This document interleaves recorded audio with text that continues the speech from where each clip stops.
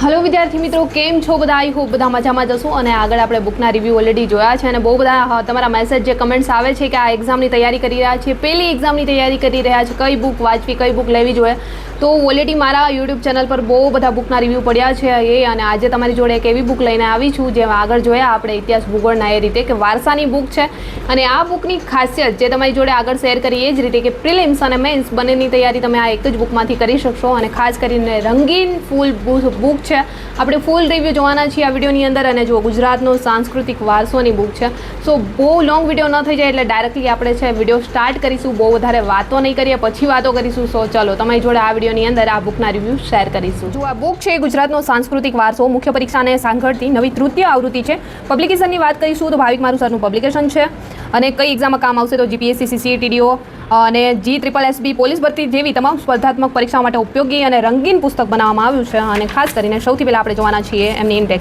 ઇન્ડેક્સની અંદર જોઈશું તો જો અહીંયા પ્રકરણ આપ્યા છે 1 થી લઈ અને 30 પ્રકરણો આપ્યા છે સૌથી પહેલાં સ્ટાર્ટ થાય છે વિશેષ પ્રવેશથી લઈ અને ગુજરાતના મેળાઓ છે નૃત્યો છે ચિત્રકલા અને ચિત્રકારો છે ગુજરાતની સંગીત કળા છે વાદ્યો વાદન મતલબ સાંસ્કૃતિક વારસામાં જેટલી બી વસ્તુની જરૂર હોય એ બધું આ એક બુકની અંદર આવી જશે સૌથી પહેલાં ચેપ્ટરે જોઈશું ચેપ્ટર 1 જેમની અંદર વિશેષ પ્રવેશ આપી દીધો છે જો સૌથી પહેલાં આ બુક છે ને ખૂબ જ રંગીન પુસ્તક બનાવવામાં આવ્યું છે ચિત્રોની જરૂર છે આગલી બુકોમાં જોયું એ જ રીતે આમાં પણ ચિત્રો પણ આપ્યા છે અને વિશેષતા બીજી બુકોની જેમ આમાં પણ છે કે મોટા અક્ષરો દ્વારા દર્શાવવામાં આવ્યું છે જેથી કરીને રીડ કરવામાં બિલકુલ બોરિંગ નહીં થવાય ચેપ્ટર 2 જોઈશું તો ગુજરાતના મેળાઓ છે જો મેળાઓમાં સૌથી પહેલાં બેઝિકથી લઈ અને એડવાન્સ માહિતી આપી દીધી છે જેથી કરીને તમારે કોઈ પણ મેળાની માહિતી બહાર શોધવા જવાની જરૂર નથી અને ડીપલી પણ આપ્યું છે તો કોઈ પણ મેળા વિશે પૂછાય તો તમે એમના વિશે સરસ રીતે મેન્સની એક્ઝામમાં લખી શકો છો કોઈ પણ મેન્સ એક્ઝામ આપી રહ્યા છો તમે લખી શકો છો અહીંયા છે તરણેતરનો મેળો જોઈ લો કેટલી માહિતી એમના વિશે આપી છે તો પ્રિલિમ્સ અને મેન્સ બંનેની તૈયારી હવે તમે એકમાંથી જ કરી શકશો અહીંયા વોઠાનો મેળો છે તો એમની માહિતી સિદ્ધપુરનો મેળો છે તો એમના વિશે માહિતી છે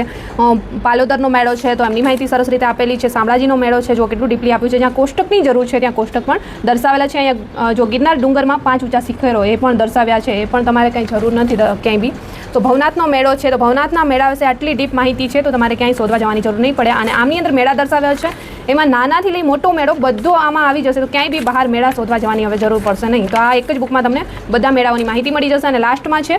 અન્ય મહત્વના મેળાઓ જે કોઈ પણ નાના મોટા રહી જતા હોય એમની માહિતી આવી જાય છે અને અહીંયા ટાર્ગેટ મેન્સ માટેના જો બી જે રીતે પ્રશ્નો બનતા હોય એ પણ તમને અહીંયા લાસ્ટમાં આપી દીધા છે ચેપ્ટર 3માં સ્ટાર્ટ થાય છે નૃત્યો જો નૃત્ય માટે કઈ રીતે દર્શાવ્યું છે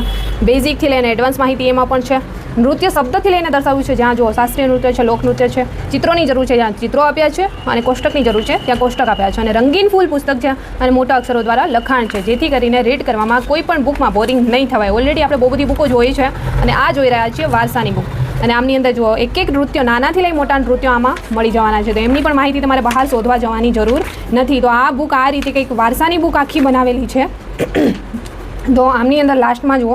જાણીતા નૃત્યાંગના અને નૃત્યકારોની પણ માહિતી અહીંયા તમને મળી જશે તો એમના વિશે પ્રશ્નો બહુ બધી વાર પૂછાતા હોય છે અન્ય નૃત્યો જે બી નાના મોટા કોઈ રહી જતા હોય એમની માહિતી અહીંયા કોષ્ટકમાં આપી દીધી છે અને મેન્સ માટે લાસ્ટમાં તો તમને ટાર્ગેટ આપી દીધું છે કે કઈ રીતે પ્રશ્નો બનતા હોય છે ચોથું છે ચિત્રકળા અને ચિત્રકારો જો એમના વિશે પણ અહીંયા માહિતી છે અને ડીપલી છે ચિત્રો દર્શાવી અને બેઝિકથી લઈને એમાં પણ એડવાન્સ સુધી આપેલું છે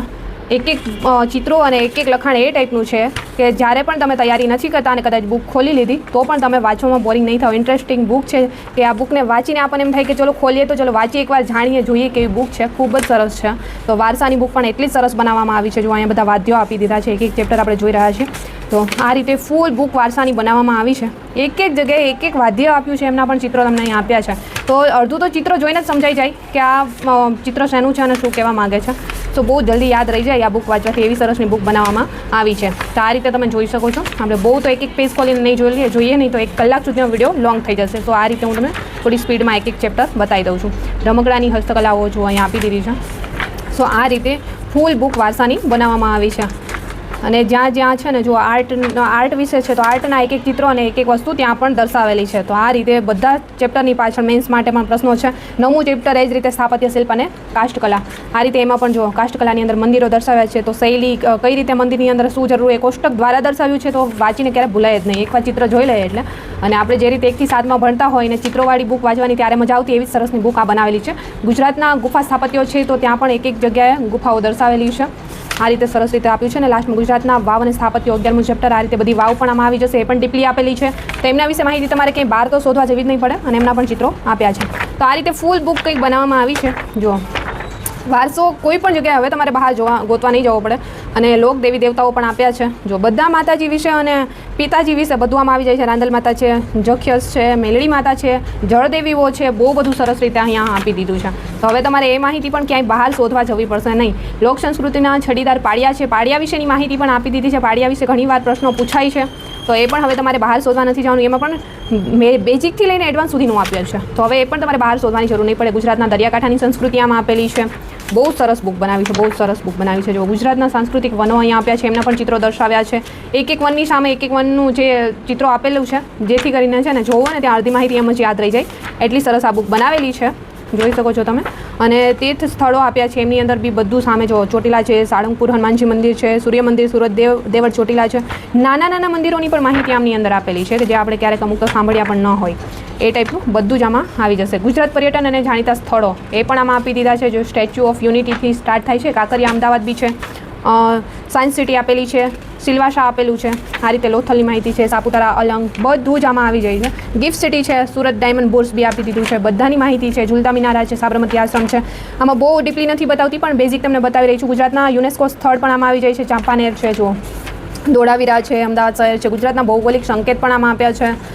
ટોટલી વસ્તુ આ એક જ બુકની અંદર વારસામાં જે પણ જરૂર હોય એ આખો વારસો આમાં કવર થઈ જાય છે. અને લાસ્ટમાં કોષ્ટક દ્વારા માહિતી આપી છે. ગુજરાતના સંગ્રહાલય છે, સંપ્રદાયના સ્થાપક છે, મુખ્ય મંત અને પ્રવર્તકો છે. આ રીતે બેઝિકથી લઈ એડવાન્સ સુધીનું વારસો આમાં એક જ બુકમાં આવી જાય છે. તો આ બુક તમે જોઈ શકો છો.